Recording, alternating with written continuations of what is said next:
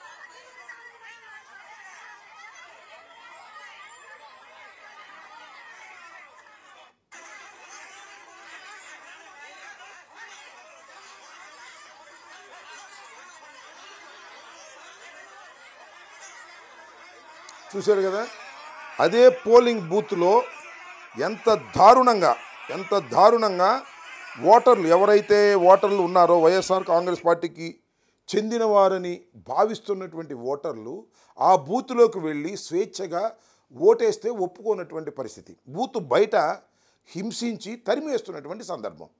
దీని మీద పిన్నెల రామకృష్ణారెడ్డి గారు రిపోర్ట్ చేశారు. But nobody is caring that. ఎవరు పట్టించుకునేటువంటి పరిస్థితి ఏంటి? What is this? ఏం జరుగుతుంది అక్కడ? ఏం జరిగింది అక్కడ? ఇది కుట్రపూరితంగా వైఎస్ఆర్ కాంగ్రెస్ పార్టీకి అనుకూలమైనటువంటి బూతుల దగ్గర బయట గొడవ జరుగుతున్నా కూడా పోలీసులు పట్టించుకోకుండా ఉండేటటువంటి పరిస్థితి వచ్చింది. ఇది వాస్తవమైనటువంటి విషయం. దీని మీద ఏమి తీసుకునేటువంటి పరిస్థితి. నేను ఇంకోటి కూడా ఈ సందర్భంగా నేను మనవి చేస్తున్నా. చాలా నియోజకవర్గాల్లో బూత్ క్యాప్చరింగ్ జరిగాయి.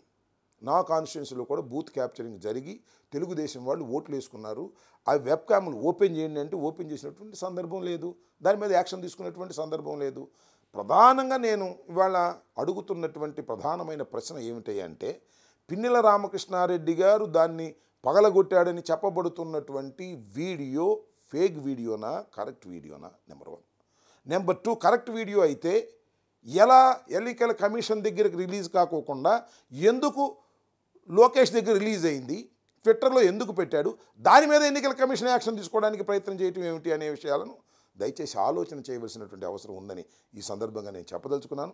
నేరం ఎవరు చేసినా వారిని చట్టం చర్య తీసుకోవాల్సిన దానికే మేము వ్యతిరేకం కాదు. నేరం చేసినట్టుగా భావించి అలా ఫేక్గా చేయటం అనేది తప్పైనటువంటి అంశం. నిజంగా నేరం జరిగిన వారి మీద శిక్షించుకోకుండా చేసేటటువంటి ప్రయత్నాలు జరుగుతున్నాయని మేము ప్రజాస్వామ్యంలో ఆందోళన చెందుతున్నాం.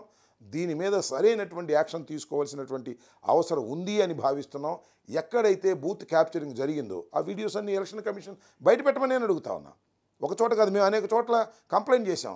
అవన్నింటిని కూడా బయట పెట్టే మార్గం చూడండి. ఎలక్షన్ కమిషన్ దీనిలో తప్పు జరగలేదు, దిస్ ఇస్ ద వీడియో అని చెప్పండి. ది ఎలక్షన్ కమిషన్ అథారిటీగా రిలీజ్ చేయాలి తప్ప ఎలక్షన్ కమిషన్ పేరు మీద నేను దొంగతనంగా తీసుకునో, లేకపోతే నేను దాన్ని ఫేక్ చేసో, లేదా లోకేష్ మీదో లేకపోతే చంద్రబాబు మీదో నేను రిలీజ్ చేస్తే ఏం ఉపయోగం ఉంటుంది? What is the evidence? అది కంక్లూజివ్ ఎవిడెన్స్ కాదు, అది పవిత్రమైన ఎవిడెన్స్ అంతకంటే కాదు అనే విషయాన్ని దయచేసి అర్థం చేసుకోవాలని ఈ సందర్భంగా నేను కోరుతున్నాను. ఎన్నికల అధికారులు కూడా, ఎన్నికల కమిషన్ కూడా దీని మీద సరైనటువంటి విచారణా మార్గాన్ని ఎన్నుకోవాలని కోరుతున్నాను. Subscribe to Social TV Telugu for more videos. Hit the bell icon for faster updates.